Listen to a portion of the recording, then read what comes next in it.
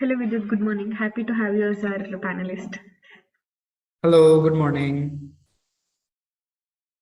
We will Glad be to be starting here. in, thank you. We will be starting in another 2 minutes. Great.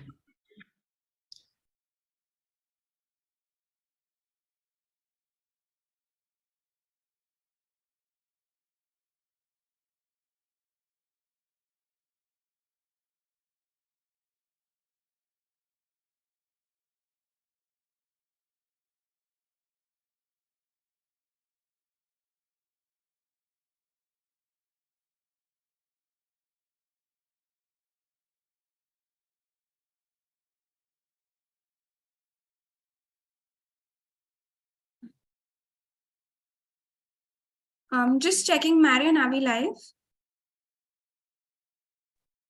Yes, Molly, we are live. We Okay. can start. Okay.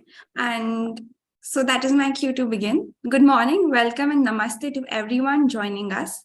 I hope you are all well today. I am Molly Sharma from UNDP, and as a young person myself who has been keeping track of Youth Collab since its inception in India, I'm very happy to be here. And I'm also elated to welcome you all to the Awareness Workshop for Youth Collab 2022-23. Thank you for joining us today and expressing your enthusiasm about the program. As per the agenda, we will start with an interesting conversation with Mr. Vidyut Mohan, where he would be sharing his much exciting journey of building a startup. More about that later. This will be followed by an overview of the Youth Collab Springboard and its important details. And then we would be wrapping up the webinar with any questions that you may have. Now, before I move on to key agenda items, I would like to take everyone briefly through what Youth Collab is. Youth Collab was co-created in 2017 by UNDP Asia and the Pacific and City Foundation. It is a multidimensional and multi-level response to tackle the challenges young people face by positioning youth front and center to find solutions to today's most pressing problems. As for India, Youth Collab was launched in 2019 by UNDP India in collaboration with Atal Innovation Mission under the auspice of Niti Aayog. Through this collaboration, Youth Collab India has conducted 4 national theme-specific youth social innovation and entrepreneurship challenges, including several forms of engagement such as panels, workshops, dialogues, and webinars. Youth Collab in India and regionally also supports social entrepreneurs through a long-term incubation program with selected entrepreneurs representing India at a regional summit. Through Youth Collab, 30 early age startups would be supported by the Springboard program, and the best ones would be provided with a seed grant and more. More on this later by my colleague Priyanka. And now for the much awaited segment of the webinar. To kickstart the session, I would like to introduce Mr. Vidyut Mohan. Mr. Mohan is the co-founder and CEO of Takachar, a social enterprise enabling farmers to prevent open burning of their waste farm residue and earn extra income by converting the residues into value-added bioproducts like fuels, fertilizers, and activated carbon on site. Passionate about energy access and supporting rural livelihoods, Vidyut became interested in biomass-based product development due to its untapped economic and climate impact potential. In the past, he has worked with Simpa Networks, where he developed pay-as-you-go solar home systems for rural households in India. Vidyut is a 2019 Echoing Green Fellow, a 2020 Forbes 30 Under 30 awardee, a 2020 UNEP Young Champion of the Earth awardee, 2021 Earshot Prize awardee, and 2022 Breakthrough Energy Flow. What a pleasure it is to have you with us today, Vidyut. Thank you for taking out the time to joining us and sharing your valuable experience with us. Thank you for the warm introduction, and it's a pleasure to be a part of this gathering today, and I look forward to interacting with everyone here. Thank you. Thank you so much, Vidyut. Over to you, Priyanka. Thank you so much, Molly, for the wonderful introduction. I'm sure the audience here can't wait to hear from Mr. Vidyut Mohan. So let's get right into the next part of the webinar session. Mr. Vidyut, could you please tell our audience about the startup that you have founded? Sure. So we are running Takachar, which is essentially making small-scale, low-cost portable equipment for farmers to use and convert their agricultural waste into valuable byproducts like fuels or fertilizers or other carbon-based specialty products. And the objective is to create decentralized income and livelihood opportunities in rural areas, with the outcome that farmers are incentivized enough to not burn their agricultural waste, thereby contributing to the air pollution problem, which is already severe in India, but also mitigate and sequester carbon emissions through some of our products, thereby also fighting climate change. Great. So, speaking of various awards and recognitions that you have received, it might be Earthshot Prize winner. How do you feel to be Earthshot Prize winner? Well, it's a great feeling. I think the first thought that comes to my mind is just the validation of the problem that we're working on. Open burning of agricultural waste, of course, receives a lot of attention in northern India due to the air pollution problem, but in many parts of the world, it is still does not receive a lot of media attention or publicity as it should. So it has definitely highlighted the problem that we are working on. And the good part is when that's done, then a lot of other people are inspired to come and work in the space and help address this issue quicker. But also at the same time, on a personal level, it has highlighted the solution that we're working on and is helping getting us a lot of traction. Correct. So Molly already mentioned about your awards that you have won. So the next would be UNEP Young Champion of Earth 2020. Could you share your experience from here, please? For sure. I think, just being part of the cohort initially for UNEP Young Champs was a tremendous experience. And some of the initial curriculum and cohort work that we had was extremely good, and some of the check-ins that we had regularly helped in some of our pilots that we were doing. So a lot of the mentorship and the check-ins together with Coalition Wild, I think it was, and that really helped us. But most importantly, I got to participate in a lot of UN events and got a chance to present our work, which again helped from a publicity point of view, but also I got to engage with a lot of youth and hopefully played my small part in speaking with other entrepreneurs and interacting with other entrepreneurs and kind of just being a sounding partner to them to keep them motivated in the journey that they are, and also keep me motivated in the journey that I am in. So really glad to be a part of those sessions and interactions as well. Okay. So Mother Teresa Award for Social Justice 2021. We would love to know more about this special award and the story behind this.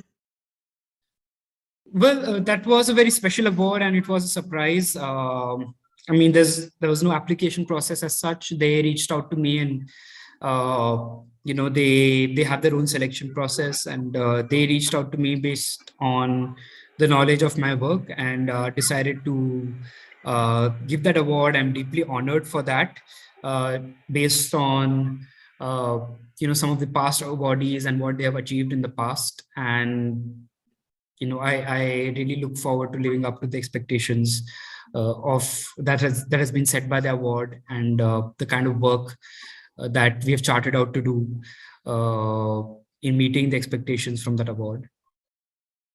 Okay.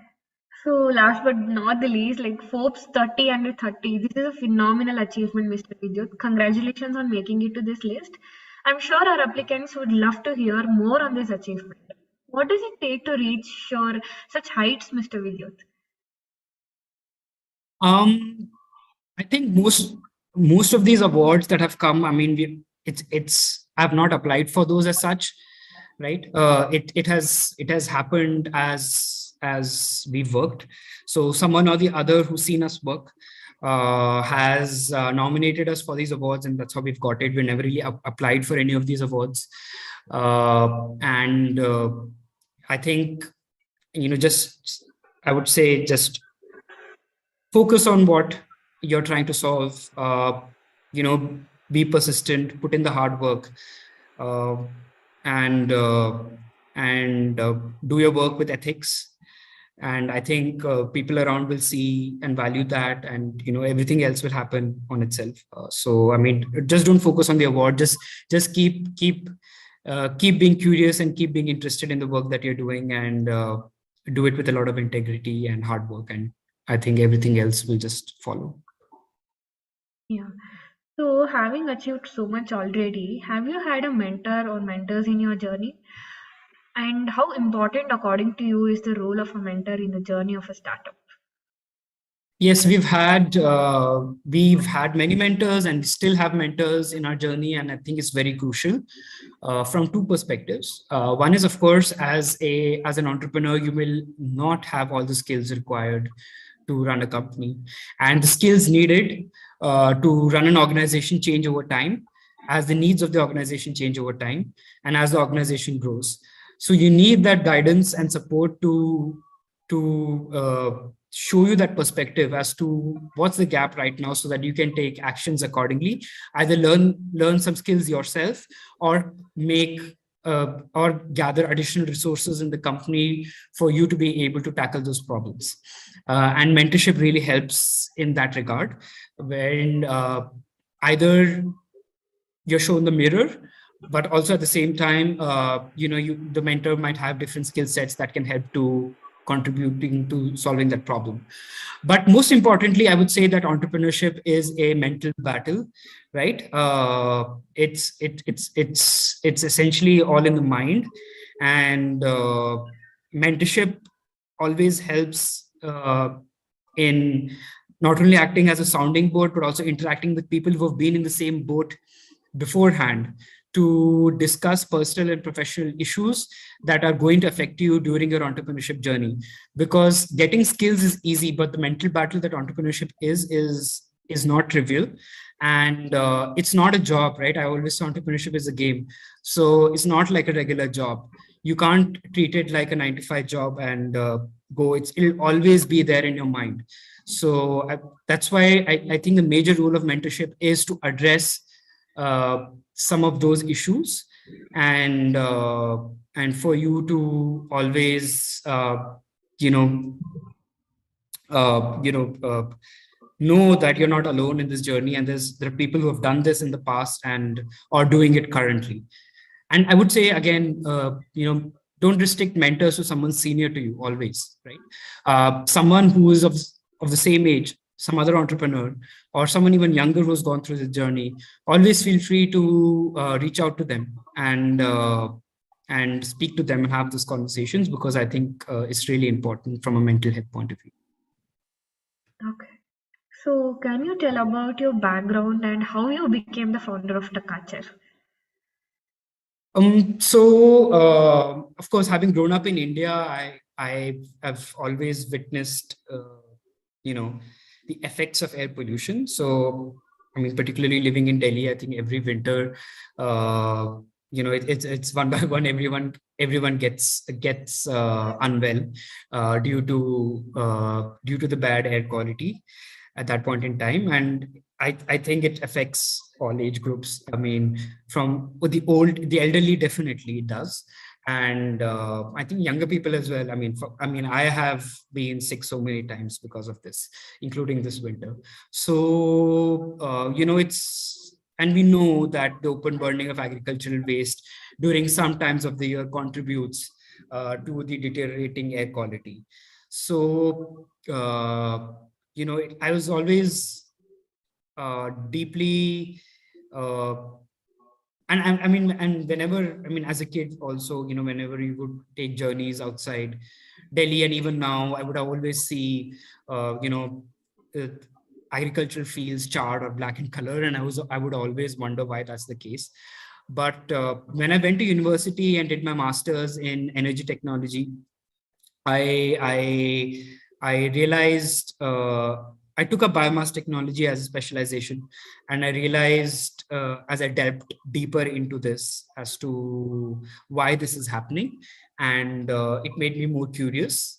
And as I explored further, I saw that I saw the potential for impact. I saw that, okay, not only could you address two big environmental problems, climate change and air pollution, but also at the same time, since agricultural waste is closely related to farmers, one can deeply impact rural communities from an income and livelihood perspective as well.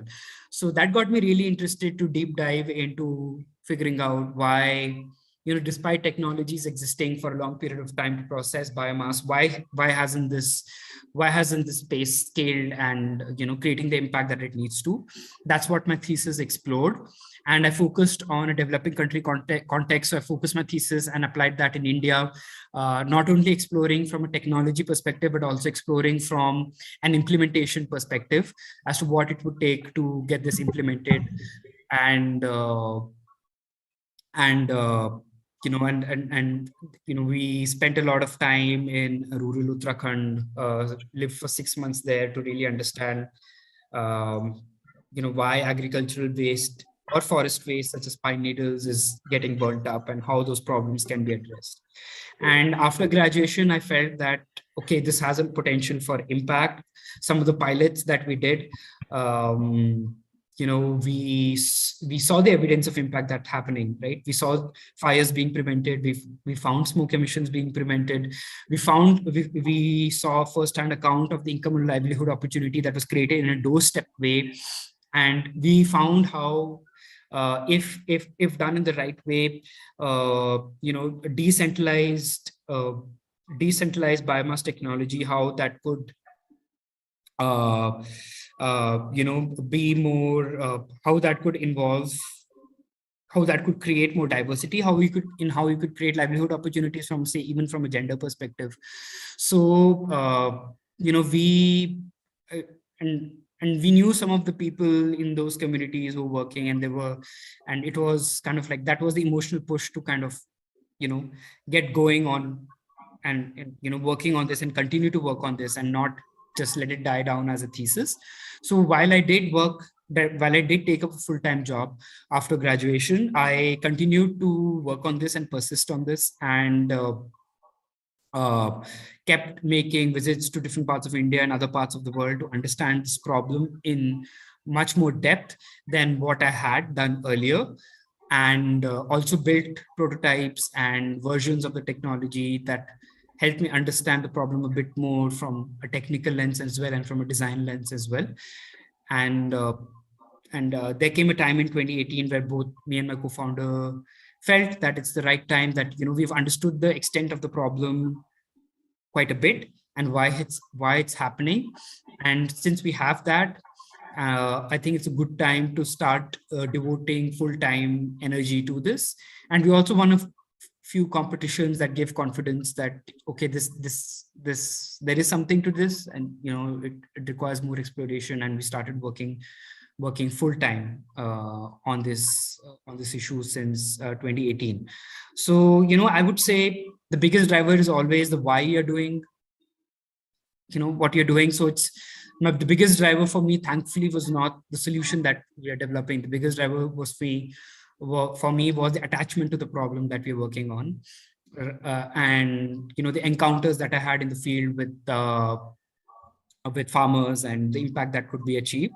So that is a driver for me. And the solution, of course, as the entrepreneurship journey grows, the solution changes over time. So that's what the advice that I would give, right? Always get into this because you're attached to the problem and you want to solve that particular problem. And because that will always be the driving force. The solution will never be the driving force, because solutions can change as per context and as the business evolves. And just the fact that I was just curious, I enjoyed working on the problem so much that brought in a sense of curiosity in me. And that made the entire project even more enjoyable. And that helped me use all the skills that I learned academically, also because I was just curious, and so that really made it very satisfying and fulfilling experience. Great. Like, curiosity makes to learn things. Got it. You've already have questions from our participants, Vidyut. So they're telling, hello, Vidyut sir, I have a strong application for this year's Youth Collab, and how do I strengthen my application so that I have a good chance of winning? So, so I would say, so I haven't looked at, I mean, I don't know what the application form is like, but I mean, on a very high level, highlight the extent, highlight the severity of the problem that you're working on and why it's important to be solved, why it's urgent and important to be solved, right? Both are needed. And then highlight how the solution that you're working on is going to solve that problem, right? What is your solution, and how it's going to solve the problem, and in what period of time. Is it going to take another 20 years to solve that problem, or can you solve that problem, say, within the next 10 years and implement it faster? So tell how your problem can scale and can solve, affect, and address that problem. And if it's a technology solution, just don't focus on the technology. Of course, it's important to highlight that, but also highlight the other benefits that it can bring to the society in terms of social impact, or livelihood creation, or anything else that you might see. So be creative on that, and always talk about some validation that has happened, right? So the person reviewing the application would be curious to see, okay, is this just say, something in your mind or something in the lab, or has it been actually been validated in the field and tested out in the field, right? And you don't have to do this on a large scale, even if it's validated with one person or few people. But if it's a real-time validation, give that evidence that this is the evidence that I have that this can work. And this is the stage that my technology is. And these are the resources I need to develop this further, or develop this solution further to get it commercial and then be able to scale. So give that evidence of validation, which is really, really, really, really important. So that's what I would definitely say. And last but not the least, environmental problems and these social problems are very large and abstract.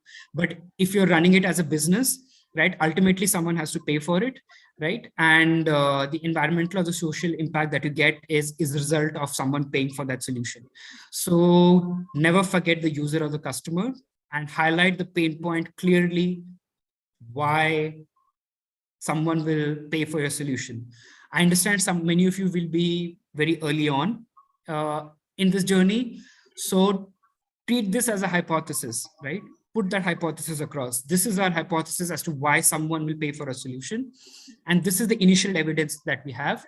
And we want to work through with the Climate Collab to validate that hypothesis. And if it's validated, this is the impact that we can achieve. So treat it as a scientific experiment that you want to do with some of the early stage incubators like Climate Collab. I hope he got the answer. And he has the same person has the question. I saw you speak during the Adani talks. How can I achieve such great things as a 23-year-old student from rural Jharkhand? I would say, I mean, there's no set formula to this, but just based on my journey, right? Just find a problem that interests you, that piques your interest, right? And that you're attached to, and keep working at it. Try to understand why that problem happens. And based on your skill sets and education, right, see how you can use those as a foundation to solve that problem. And I would say, use your journey in solving that problem to go forward, right? Learn the skills that you need, that you have to do, or find out how. And it need not always be that there is a certain way to approach it. So to understand in depth what the problem is, be curious, see where you can fit in, and be very, very persistent, right? I would just say that, and always keep learning and keep chipping at the problem slowly and gradually. Because I would say it's a marathon, it's a very long journey, it takes time. I mean, for me, I would say this is just very early stage for me as well. There's a long way to go. So just be prepared to keep working hard on it, keep chipping at it and not giving up, and doing what it takes to solve the problem that you have identified, right? But it's very important to find something that piques your interest. And if you haven't found something yet, right, you always have an initial idea as to what interests you. Like definitely subconsciously you do. So, based on those, explore, look around, don't be in a hurry to figure out the next thing immediately what you want to do. Speak to people, travel around, and you'll definitely have an encounter with a problem in that journey. And once that happens, you'll be hooked and you'll just keep digging at it slowly and gradually. But be persistent. That's the most important thing. Don't give up. Okay. Don't give up. That says it all. Moving on, can you talk about the role of innovation in solving interdisciplinary energy problems? Sorry, could you repeat that question again? I lost you for a few seconds. Okay. So can you talk about the role of innovation in solving interdisciplinary energy problems? Yes, I think you use the right word, interdisciplinary. So energy is a topic which is which needs interdisciplinary approaches, and even within technology, you need to be interdisciplinary, right? So for example, just the case in our technology, I mean, there's so much diversity in science and engineering that goes into developing our technology itself, that it's interdisciplinary just in that aspect. But over and above that, for any energy solution to be implemented, you need to interact with society deeply. And when you do have to interact with society deeply, you have to not only have technology approaches, you need to have design approaches, design skills, human-centered design skills, particularly. There might be policy component to it, then there'll be component to the business model, finance, in order to make it work, in order to make it affordable. So it has to be an interdisciplinary approach to looking at this. And there are various pieces to this puzzle. So I would, as an innovator, I would say, think of it in such a way, think of yourself as, how you are able to zoom out from time to time and look at these different pieces of the puzzle and see what is needed to have your solution out there implemented with real-time people and real-time end users, and pull those levers accordingly and educate yourself on those levers as well, and learn that as you go through the entrepreneurship journey. And as you grow, make your team also diverse, hire people from different backgrounds. If you're an engineering company, don't make the mistake of having only engineers in your product development team, right? Because all engineers tend to think in the same way, right? So have people who think in a different way. Maybe they are from a different field altogether. We have different experiences altogether. They're not from the same, they've not had same experience altogether from you. And so, they'll bring a fresh perspective on how to develop a solution. And brainstorm and come up with out of the box ideas that, say, a homogeneous group may not be able to come up with, right? So have a team from different backgrounds, different experiences, different skill sets, and that will help you in a long way. So I would definitely say do that, and never think that your solution is always only the product, right, or the service. Your solution is the entire package, which includes the business model. It includes how you service or maintain to your customer, right?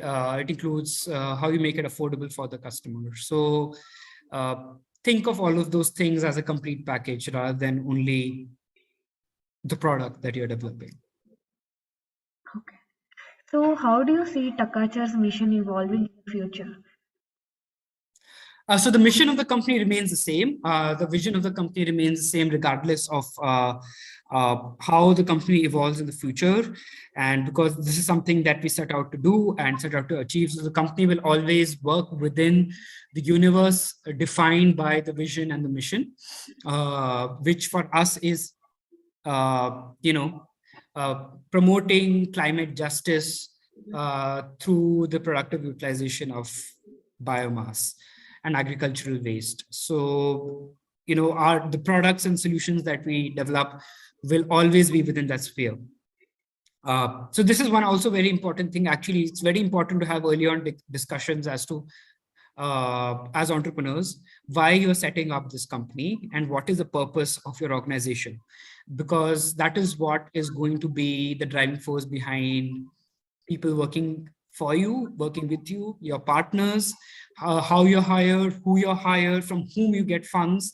So it's very important to define your vision, mission, and purpose, and have those early on discussions. And I'm sure organizations like Climate Collab and Youth Collab can help you facilitate those initial conversations. Definitely. So what advice you give to young people who are interested in pursuing a career in the same field as yours? I would say that have a deep understanding of the problem that you're working on. Don't worry too much of the solution. Once you have a good grasp of the problem that you're working on, the solution part will work out. But if you don't have a good understanding of the problem that you're working on, you'll end up making the wrong solution and end up wasting a lot of time and resources from there on. So just be careful. And even when you're working on the solution, always test it out, validate it in the field from both perspectives. Are you solving the pain point of the customer that you're actually working for? Keep checking for that. Always take a step back and check for that. And always keep saying that, okay, are you achieving the impact that you set out to achieve? Is the purpose being fulfilled for which your organization was set up? Always take a step back and doing that. And if that's not happening, then you need to reevaluate. So always, and having a mindset that always is always grounded in the problem that you're working on will help you do that.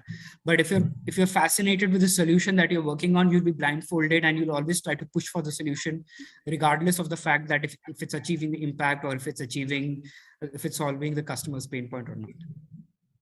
Yeah. So can you tell us about any notable success or milestones that Takachar has achieved in its mission to utilize waste biomass? So in our journey till now, we have worked with close to 10,000 farmers at the moment, and we've created close to $800,000 of worth of rural livelihood opportunities wherever we have worked, and sequestered about 11,000 tons of carbon emissions. So that's and this is across different value chains that we've worked in India and in Kenya and in East Africa, essentially. And of course, our journey has what we've been good at. We've been able to attract people to support us and help us with resources. And touch wood, that has helped us in a lot of our R&D efforts in developing the technology that we set out to develop. And hardware technology development of course, takes time, takes resources and money. And this has helped us in doing that till now. So we greatly, we deeply value some of our supporters who have helped us in that journey. And And right now we have reached a stage where we're pretty excited about the technology that we are developing, and we have a beta version of our equipment that is coming out, which we are pretty excited about, and that design can lead to further scaling and faster scaling of the solution that we want to achieve. So we're pretty much looking forward to that. So at the moment we've seeded these pilot projects in a few parts of the world, in different parts of India, but also in East Africa and in North America as well. And as our technology evolves and progresses, we really hope to scale these nodes that we have seeded to kind of become a company that's universally known in scaling, in utilizing agricultural waste and enabling farmers to create value out of it. And hopefully we'll be a household name in rural parts of the world when it comes to processing agricultural waste. Okay. So how does Takachar approach the balancing of economic viability and environmental sustainability? So the environmental sustainability is inherent in the product and the solution that we're developing. So for us, since that's inherent, and that's defined by why we set out to do what we set out to do. For us, it becomes very important to make it commercially viable, because the impact will scale as more and more people adopt the solution. So we focus a lot on the user and the customer, and who's willing to pay for this product or service, and why do they want to do that. There's a lot of focus and emphasis on that, and we work backwards by understanding the needs of the customer and feeding that into the design of the technology and the solution, and then trying to validate that. So I would say commercial success is how you, in the initial stages, is how as founders you play a role in validating, first identifying the problem for the end user, their pain points, and then validating your solution with them, and if it's actually solving the pain point or not, or the problem or not. And this is a very specific problem, right? So this will, and you'll see it in their journey. So this problem for them will not really be an environmental problem. For farmers, for example, it could be things like, in our case, say the cost of the fertilizer, or the access to fertilizers. And then we have to think of ways of how we develop our business model and a solution in a way that is able to solve some of these problems for them. Right? Or it could be a way of, it's just the cost of disposing of agricultural waste, right, from their land. So, these specific problems is something that you need to identify, develop a solution, technical as well as business model solution to solve this problem, validate that. Once that has been validated in the field, it's a matter of validating, okay, will the end user pay for the solution? Right? If so, what will it take for them to pay for your solution?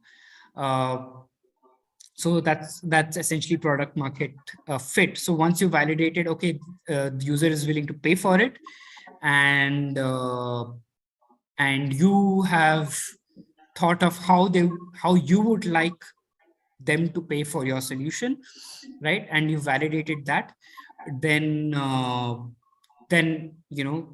the journey after that is not easy, but you'll have much more clarity as to how you would like to implement it. Then it's a question of getting the solution to your customer and how to scale that. But you would have a roadmap developed as to how you would like to do it. But these initial stages of problem identification, problem solution, validating problem solution fit, and then validating product market fit or willingness to pay is very, very important. Okay. So what step is Takachar taking to ensure the long-term sustainability and maintenance of its technology and processes? Right. That's a great question. So the long-term sustainability is I want to see that I'm redundant in the company, and even if I don't exist, the company still is still fighting for the vision and the mission that it set out to do. And there's a culture set out and developed in the company that is working as per the values that for which we, the company was set up, and the purpose for which the company was set up. We as founders, I think the initial job, of course, of yours is not only to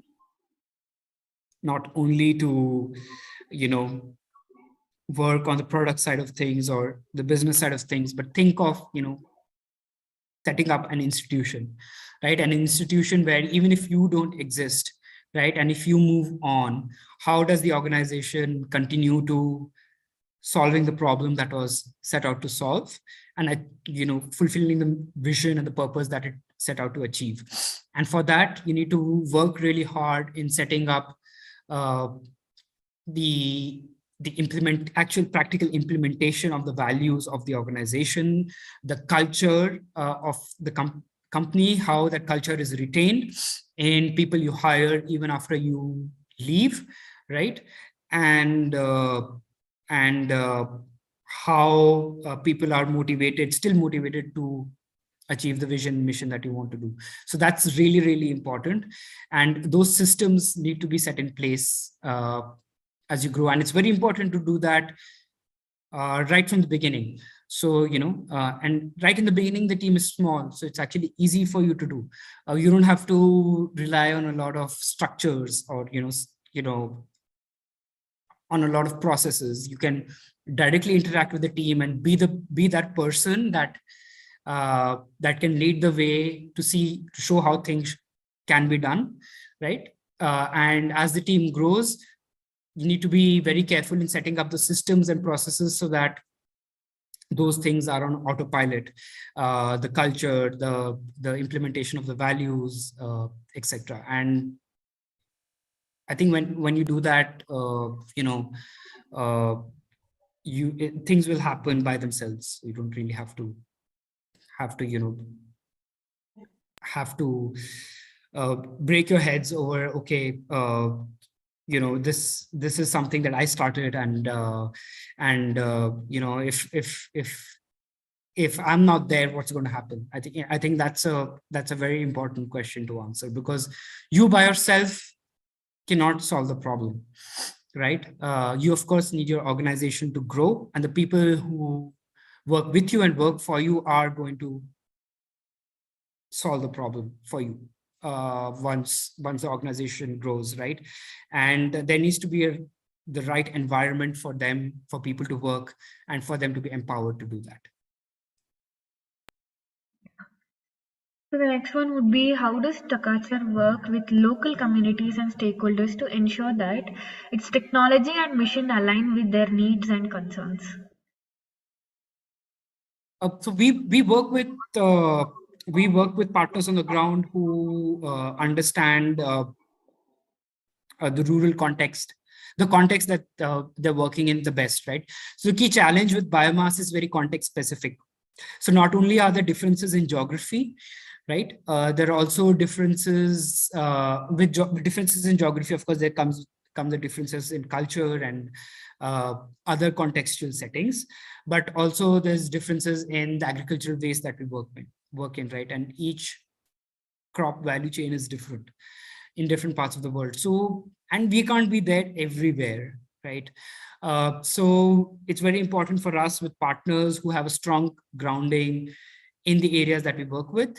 And we work closely with those partners, and those partners have a direct interaction with farmers, and our technology is able to, and we are able to work with these partners to implement our technology on the ground and directly impact the farmers through them, rather than working directly with the farmers. So, I mean, here I would also say that know what you're good at as a company, right? Initially, you can't do everything. You need to really know what you're good at, what the founding team is good at, and just focus on that. and don't try to solve problems that have already been solved.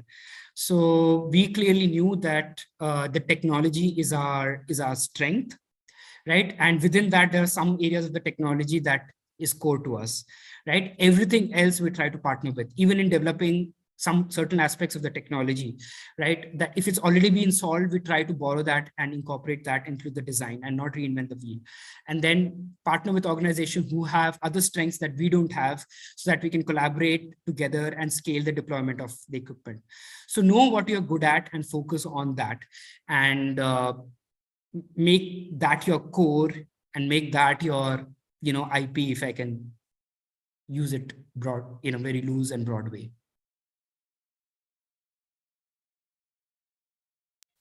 Yeah. So the next one would be, how does Takachar approach? I'm so sorry, this is done already. What advice,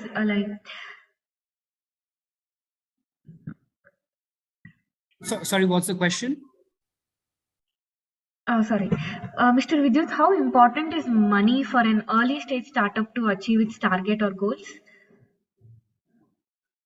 I mean, I'm definitely very, very important, right? 99% of us are, will have to fundraise money. We don't have deep pockets already that we can use that money to,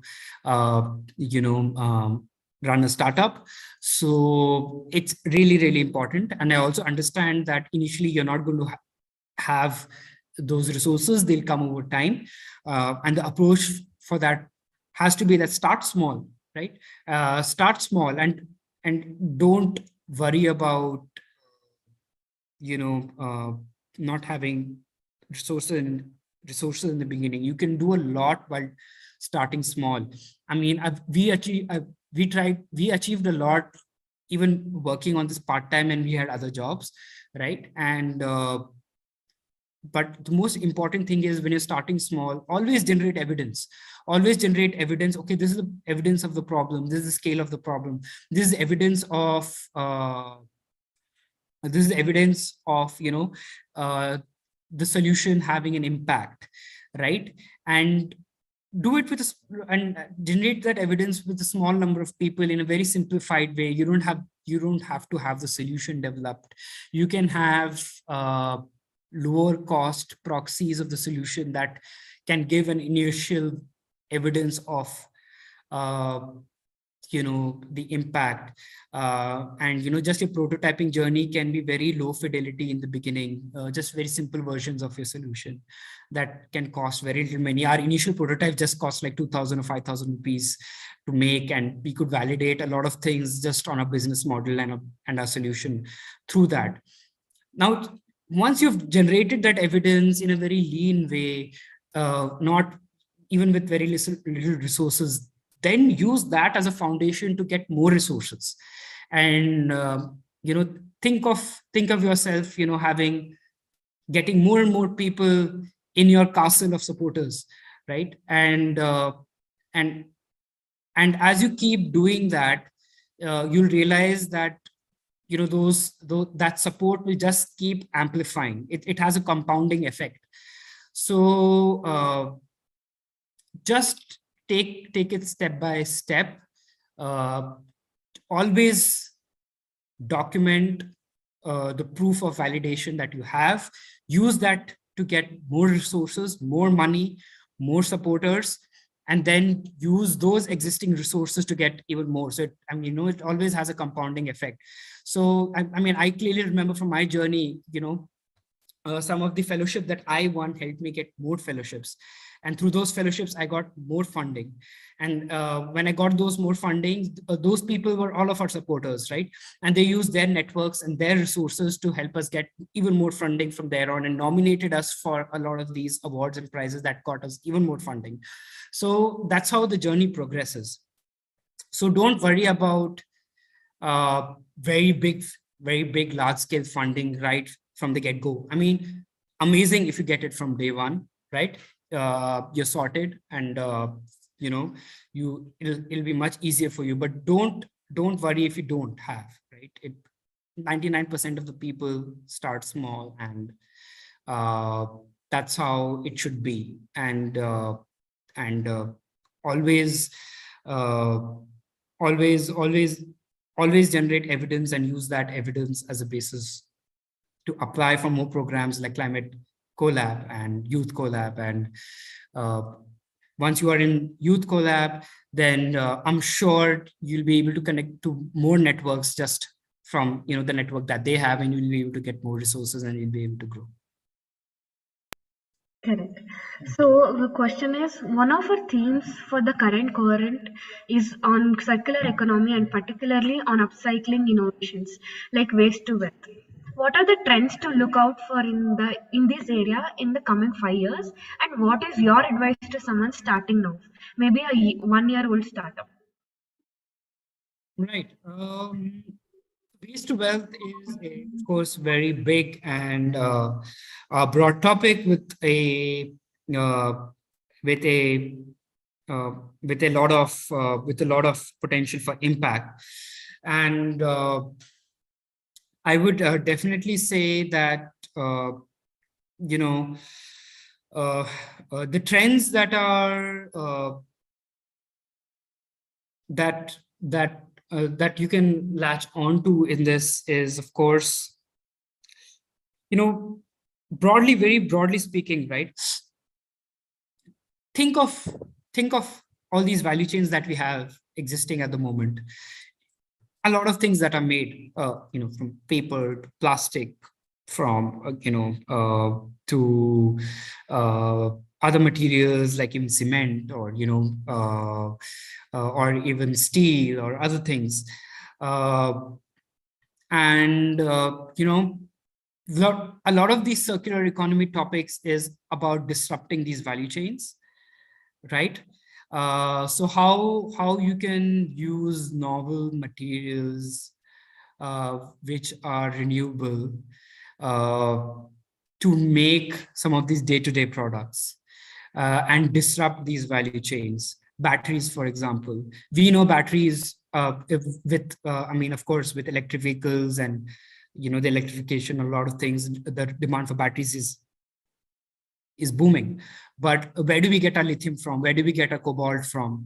Right? A lot of this is mined in say sub-Saharan Africa, right? In a lot of times, it could be it's happening not in the most ethical ways, right? So see how you could disrupt that, right? See how you could disrupt using coal for making certain things, and having more renewable materials and making the value chain cleaner and more ethical, right? So that's I would say approach it from that topic, and many waste materials can fit in to making that, in fitting that rule, right? Broadly speaking, but always keep in mind, if you're using, say, some waste material and making a product, say, for example, you're making cutlery out of agricultural waste, right? Think of why someone would pay for that cutlery that you've made from agricultural waste and not buy something made out of plastic. Right? Because not everyone is environmentally conscious. And if you develop a solution that only sells to environmentally conscious people, it's not going to scale and it's not going to have an impact. So there needs to be some USP to your product or solution that makes people use that or buy that or pay for that. So always keep that in mind, because it's very easy to fall into this trap in this entire circular economy space that, okay, I've made this really cool product out of,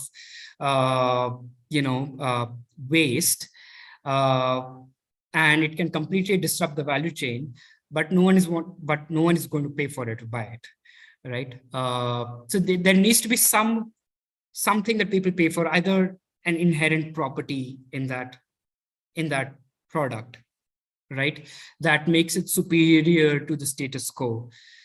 Maybe in the case of, in the case of, say, For example, in our case of utilizing agricultural waste, right? And this is, I mean, I'm just giving our example. We are making fertilizers out of agricultural case as one of our products, and we are trying to disrupt the chemical. We're not trying to disrupt the chemical fertilizer space, but we are trying to see how we can reduce chemical fertilizers, and farmers adopt less and less chemical fertilizers on their land. And so it's very important for us to like explore as to why farmers pay for our fertilizers and not chemical fertilizers, right? Or use less chemical fertilizers. And so there needs to be something in our fertilizers that the farmers would be interested to pay for, right? And these could be various things. These could be ease of accessing the fertilizers, getting the fertilizers when they actually need it, seeing an increase in yield as compared to chemical fertilizers. And since, I mean, especially after COP26 and all the developments that are happening after that, since farmers are actually sequestering carbon in the soil, can we develop a solution where we can subsidize, say, the fertilizers for the farmers through carbon credits, through carbon removal? And I mean, this is a space that is, of course, getting a lot of interest and attention. Of course, it's very unwieldy and very messy at the moment, but getting a lot of interest and attention, and definitely workable. And if you're able to crack that, then imagine a scenario where farmers get paid for sequestering carbon in the soil also. So, think of why someone would want to use your solution and versus the status quo. That's really, really important. Yeah. So, well, that brings us to the end of Q&A session with Mr. Vidyut Mohan.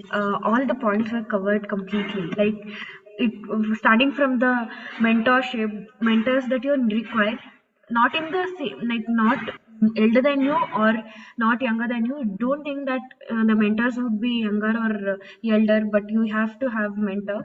And about the evidences that you need to have in the journey of startups, and about the what it is,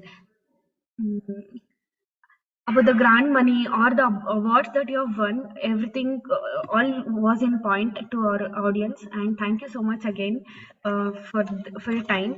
And it was a pleasure having you with us. Thank you so much for having me, and it was a pleasure to interact with you and also with everyone and through the questions. Yeah. And Rosita says great tips for the participants who especially wants to apply to circular economy theme. Yes, I'm glad, and feel free to reach out to me if you have any further questions. So happy to do that. Thank you so much. Thank you. I'll put in my email on the text as well. Sure, that will help.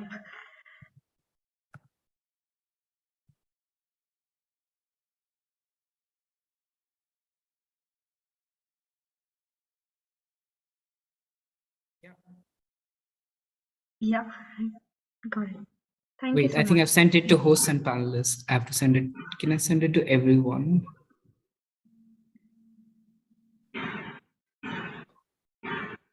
Okay, maybe the Youth Collab team can share it, because I'm not able to see the everyone option to share it. So I've shared it with the hosts and panelists. So yeah, we can do that. We will share it. Yeah. Thank you so much. Thank you for. All right. Thank you.